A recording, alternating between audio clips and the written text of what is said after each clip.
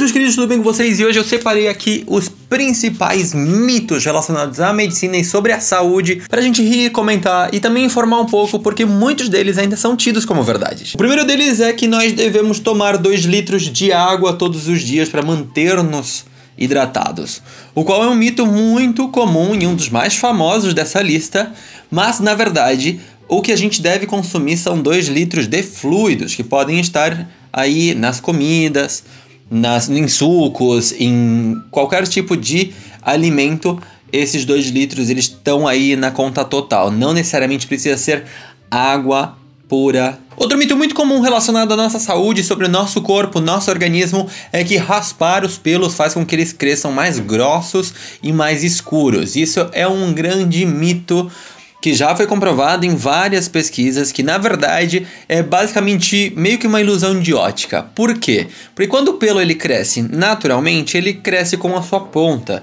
Porém, quando você raspa ele, você corta, e a impressão que dá quando ele está saindo da sua pele, do folículo piloso, é de que ele é mais grosso, mas na verdade você está vendo ele com o corte transversal, o que dá a impressão de que ele é mais grosso. O que faz com que os pelos engrossem, na verdade, é a estimulação hormonal, e não o corte deles. Mito número 3, o melhor parto é o parto tipo cesariana. E isso muitos de vocês já sabem que, na verdade, o melhor parto é o parto natural, que tem uma melhor recuperação para a mãe. Além da recuperação da mãe, possibilita um melhor contato da mãe com o filho, uma imunidade melhor para o filho pela recepção de mais sangue pelo cordão umbilical no momento da recepção do recém-nascido, evita várias infecções maternas justamente por causa da incisão e da recuperação. Obviamente a cesariana se popularizou justamente pelas mães que não gostavam de passar pelo processo da dor do parto, e também pela comodidade que é para o médico fazer simplesmente uma cirurgia e não ficar horas esperando todo o trabalho de parto. Muito mais fácil você dar a mãe, colocar ela na mesa de cirurgia e fazer uma cesariana do que esperar todo o processo natural do trabalho de parto. Mito número 4, que os cabelos e unhas crescem até depois da morte. Na verdade, todo o nosso metabolismo, algumas horas depois do processo da morte, ele para.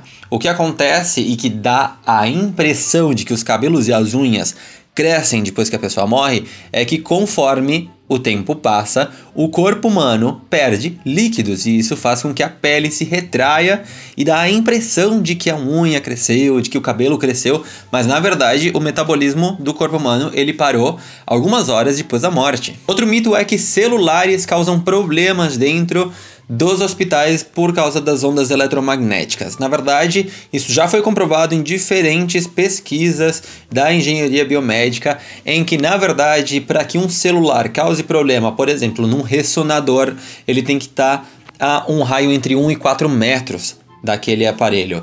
Se caso você estiver num corredor longe de um aparelho, ele não deve causar nenhum problema. Outro mito muito comum e que gerou até filmes relacionados a isso é sobre o ser humano usar apenas 10% do seu cérebro.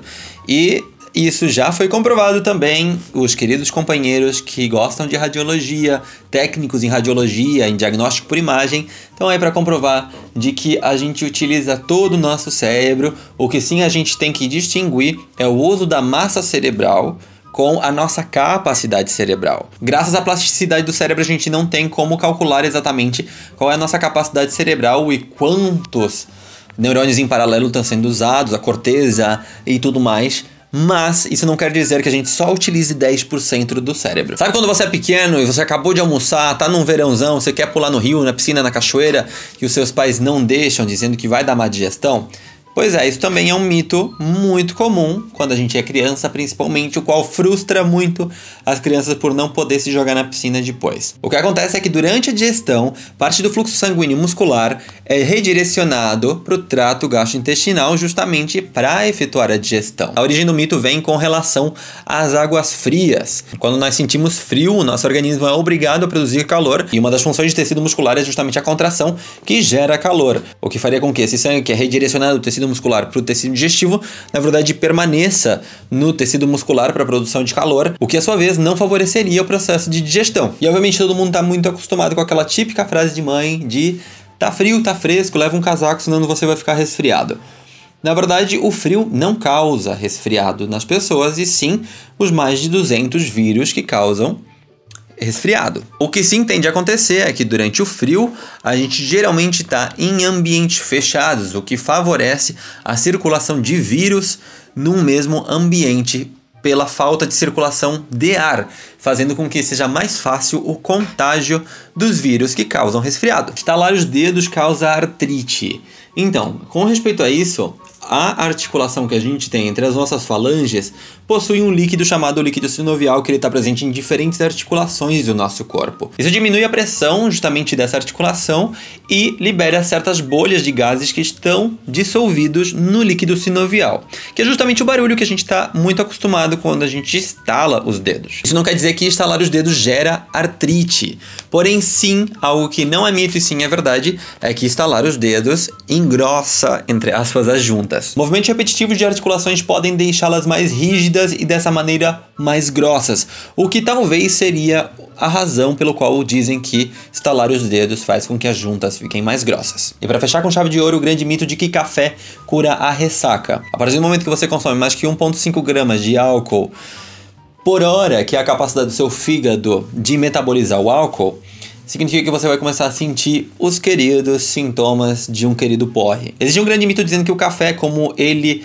é excitatório para o sistema nervoso central, ele balancearia o efeito do álcool, que é depressor do sistema nervoso central, porém não funciona bem assim, o qual é um mito dizer que o café cura a ressaca, assim como o refrigerante que tem cafeína, assim como se hidratar muito. Sim, é muito importante a hidratação em diferentes aspectos. Além disso, também no momento do porre, porque geralmente a gente perde líquidos e todo mundo sabe como, não é mesmo? Mas é isso, se você conhece algum outro mito relacionado à medicina, sobre saúde, sobre o organismo, deixa aqui nos comentários para que todo mundo saiba. Assistam os vídeos que estão aqui, não se esqueça de se inscrever para não perder nenhuma novidade. Ativem o sininho, muito importante. Compartilhem com os amigos de vocês.